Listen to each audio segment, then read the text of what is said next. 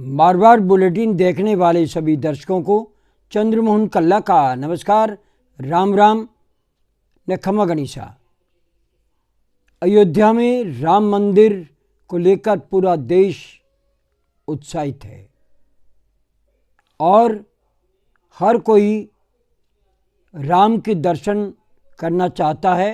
राम सभी के हैं और कोई भी राजनीतिक दल हो, चाहे वो कांग्रेस हो, चाहे वो भारतीय जनता पार्टी हो, आप पार्टी हो, समाजवादी पार्टी हो या कोई भी पार्टी हो, सभी नेताओं के दिल में राम बसते हैं और राम से उनकी सुबह होती है, सोते टाइम भी राम बोलते हैं। तो फिर मात्र एक शासक की मुट्ठी में राम मंदिर कैद क्यों? कई ऐसे मामले अब सामने आने लगे हैं जहां देश उत्साहित है, दीपावली मनाने के लिए तैयारी कर रहे हैं। उसकी बाद भी अयोध्या में कई साधु संतों ने प्राण प्रतिष्ठा को लेकर के अंगुली उठाई है। उनका कहना है प्रधानमंत्री नरेंद्र मोदी अकेले प्राण प्रतिष्ठा नहीं कर सकते, क्योंकि उनकी धर्मपत्नी यशोदाबेन जिंदा है और वे साथ में बैठेगी तभी ये प्राण प्रतिष्ठा पूरी होगी, वरना शास्त्रों के अनुसार ये पूजा अधूरी है। प्रश्न वाजिब है और भारतीय संस्कृति शास्त्रों पर चलती है, ये हम नहीं। कई मठाधीश जो देश में हुए वो कहते रहते हैं। आज बात इसी पर होगी। राम मंदिर प्रतिष्ठा समारोह में अब होगी प्रधानमंत्री नरेंद्र मोदी की पत्नी यशोदाबेन की एंट्री। मंदिर प्रतिष्ठा समारोह में विशेष अतिथियों का बुलाने का क्रम जारी है और ये खबर भी सामने आ रही है कि नरेंद्र मोदी की धर्मपत्नी यशोदाबेन को भी बुलाया जा सकता है। निमंत्रण गया या नहीं गया, अभी एजेंसियां इसकी पुष्टि नहीं कर रही है, लेकिन ये खबर सामने आई कि मोदी प्राण प्रतिष्ठा करेंगे, लेकिन साधु संत स्पष्ट कह रहे हैं कि अकेले नरेंद्र मोदी प्राण प्रतिष्ठा नहीं कर सकते। उनके साथ उनकी धर्मपत्नी यशोदाबेन की उपस्थिति जरूरी है। साधु संतों ने यह भी कहा है कि बिना पत्नी अगर प्राण प्रतिष्ठा की तो हम न्यायालय का सहारा भी ले सकते हैं। एक तरह की चेतावनी प्रधानमंत्री नरेंद्र मोदी को संतों ने दी है। साधु संतों का कहना है कि जब उनकी पत्नी जीवित है तो वे अकेले प्राण प्रतिष्ठा कैसे कर सकते हैं। स्वामी दयाशंकर ने मीडिया से कहा कि पूरा संसार ये जान रहा है कि पूरा देश ये जान रहा है कि चुनाव का मुद्दा लेकर राम मंदिर को जोड़कर लोगों की भावनाओं से खेला जा रहा है। यानी दयाशंकर अयोध्या के एक प्रतिष्ठित साधु संतों में आते हैं। उन्होंने इसे राजनीति से जोड़ करके लोगों को आह्वान किया है। दूसरी ओर अगर मोदी सनातन धर्म को लेकर चल रहे हैं तो शास्त्र की मर्यादाओं को लेकर चलना होगा।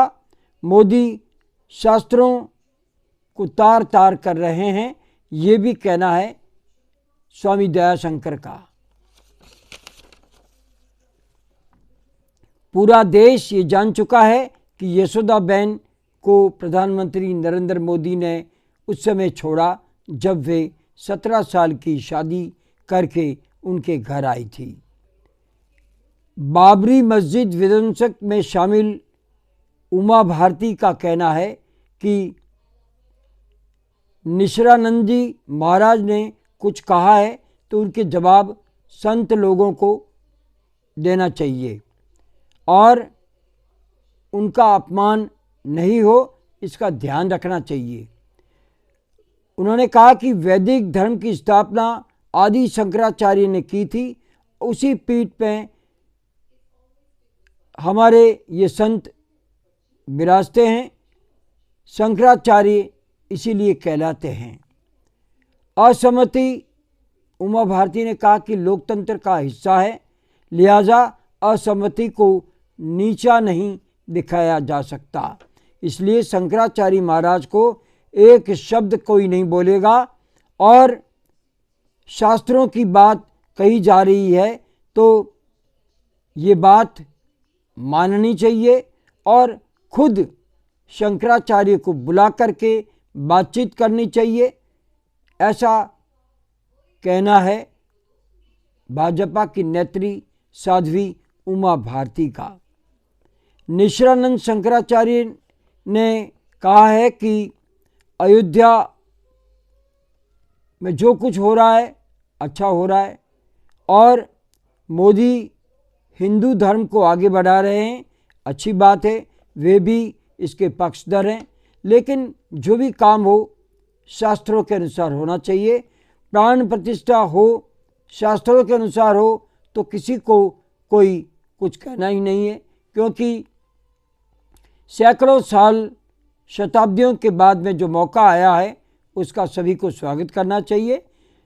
हमारा यही कहना है कि प्रधानमंत्री नरेंद्र मोदी जरूर प्राण प्रतिष्ठा करे, लेकिन शास्त्रों के अनुसार करे।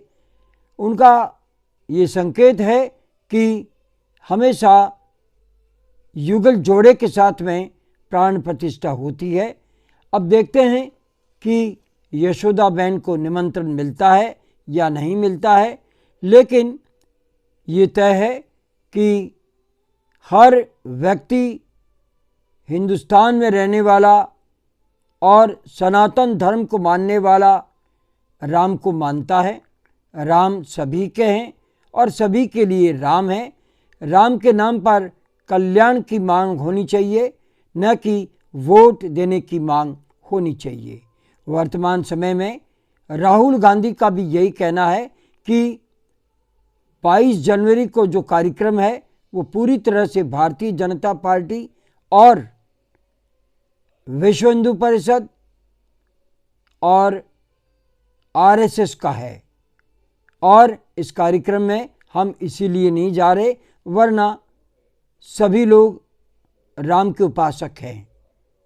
अब बात कहाँ तक जाती है ये बात अलग है।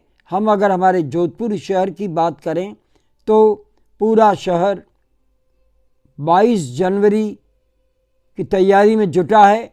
जगह जगह राम के झंडे लगे हैं, कई घरों में रोशनी हो चुकी है और दीपक बाज़ार में लोग जमकर के बिक्री कर रहे हैं। पटाखों की दुकानों पर पटाखे खरीदे जा रहे हैं और राम प्राण प्रतिष्ठा को लेकर के पूरा देश तैयार है। लेकिन संतों का विवाद प्रधानमंत्री नरेंद्र मोदी सुलझाते हैं या उनके कई